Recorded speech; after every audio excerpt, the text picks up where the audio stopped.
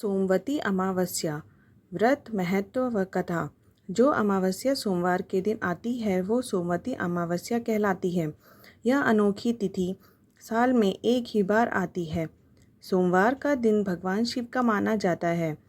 इस दिन अमावस्या का विशेष महत्व होता है।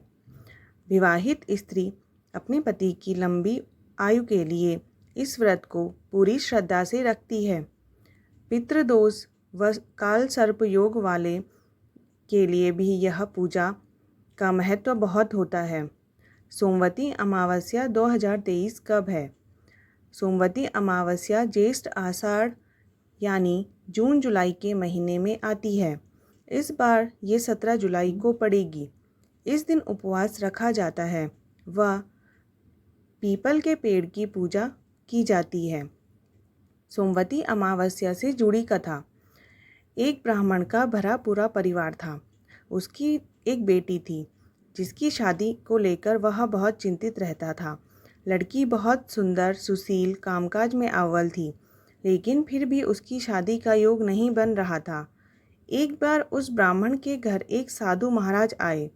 वे उसे लड़की की सेवा से प्रसन्न हो गए और उसे दीर्घायु का आशीर्वाद दिया। फिर उसके पिता ने उन्हें बताया कि इस लड़की की तो शादी ही नहीं हो रही है।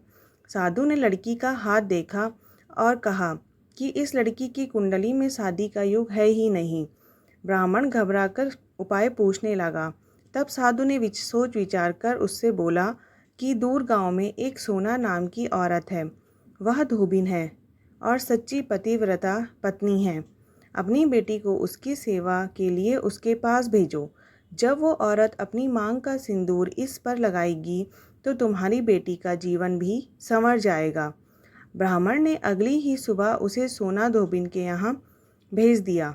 धोबिन अपनी बेटा बहू के साथ रहती थी। ब्राह्मण की बेटी सुबह जल्दी जाकर घर के सारे काम कर आती थी। 2-3 दिन ऐसा ही चलता रहा। धोबिन को लगा कि उसकी बहू इतनी जल्दी काम करके फिर सो जाती है। उसने उससे पूछा। तब बहू ने कहा कि मुझे लगा कि आप ये सब काम करते हो। धोबिन ने अगली सुबह उठकर छिपकर देखा कि ये कौन करता है। तब वहाँ ब्राह्मण की बेटी आई फिर उसे धोबिन ने पकड़ लिया। धोबिन के पूछने पर उसने अपनी सारी व्यथा सुना दी। धोबिन भी खुश हो गई और उसे अपनी मांग का सिंदूर लगा दिया। ऐसा करते ही धोबिन के पति के प्राण चले गए। ये सोमवती अमावस्या का दिन था। धोबिन तुरंत दौड़ते दौड़ते पीपल के पेड़ के पास गई। परिक्रमा करने के लिए उसके पास कोई सामान नहीं था, तो उसने ईंट के टुकड़ों से पीपल की 108 बार परिक्रमा की। ऐसा करते ही धोबिन के पति में जान आ गई।